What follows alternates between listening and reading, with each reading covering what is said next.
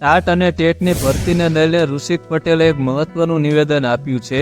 સરકારે માધ્યમિક અને હાયર માધ્યમિકમાં 7,500 શિક્ષકોની ભરતી કરશે. ટેટ 1 અને 2 માં સરકારે ભરતી અંગે આયોજન કર્યું છે. તેમજ આવતા સમયમાં આયોજન ભરતીના નિયમો પૂરા થવાની સાથે જ શિક્ષકોની પણ ભરતી કરવામાં આવશે. વિધાનસભામાં સરકારે કબૂલ્યું હતું કે રાજ્યની શાળાઓમાં 80,000 થી વધુ શિક્ષકોની જગ્યાઓ ખાલી છે, તો પછી શા માટે તે ભરતી નથી કરાતી? ભૂતકાળમાં જ્યારે પણ રજૂઆત કરાય ત્યારે સરકારે કાયમી ભરતી થશે એવું જ આશ્વાસન આપ્યું હતું.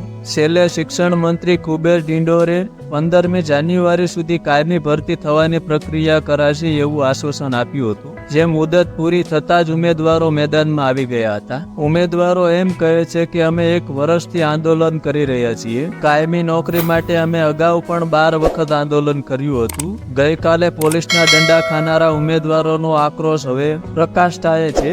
એવો કહે છે કે જો હવે સરકાર જાહેરાત નહીં કરે તો અમે શહીદ ભગતસિંહના માર્ગે જઈશું. જો કે પોલીસે રોડ ઉપર યુવતીઓને ખસેડી હતી. તેના સહિત અન્ય કેટલી યુવતીઓએ પણ કહ્યું કે અમારા ભાઈની વાત સાચી છે, કેમ કે મૂંગી અને બહેરી સરકાર હવે અમારું કંઈ સાંભળતી નહીં હોવાથી શહીદ ભગતસિંહનો માર્ગ જ યોગ્ય છે. જો કે આ મુદ્દે એમ કુબેર ડિંડોરને મળતા એમ કહ્યું કે શિક્ષણ સચિવ વિનોદ રાવ જો મને કાયમી ભરતી દસ્તાવેજ રજૂ કરે તો પ્રક્રિયા હાથ ધરાશે. આથી જ્યારે અમે વિનોદ રાવને મળ્યા તો તેઓએ કહ્યું કે કાયમી ભરતીની સત્તા શિક્ષણ મંત્રી સરકાર પાસે છે, તમે લોકો ત્યાં રજૂઆત કરો. અંતે ટેટ ટાટના યુવક યુવતીની માંગણી છે કે કાયમી ભરતી માટે શિક્ષણ મંત્રીએ આપેલું વચન હવે તેઓ નિભાવે. જો અમારી માંગણી સ્વીકારવામાં નહીં આવે તો આ આંદોલન વધુ ઉગ્ર બનાવશે. તો મિત્રો, આના વિશે તમારે શું કહેવું? સરકારને કાયમી ભરતી કરવી જ પડે, તમારું શું કહેવું છે? વિડીયો પસંદ આવ્યો તો વિડીયોને લાઇક, શેર અને સબસ્ક્રાઇબ કરો અને આવા જ વિડીયો જોવા માટે અમારી સાથે જોડાયા રહો. ફરી મળીશું બીજા વિડીયોમાં.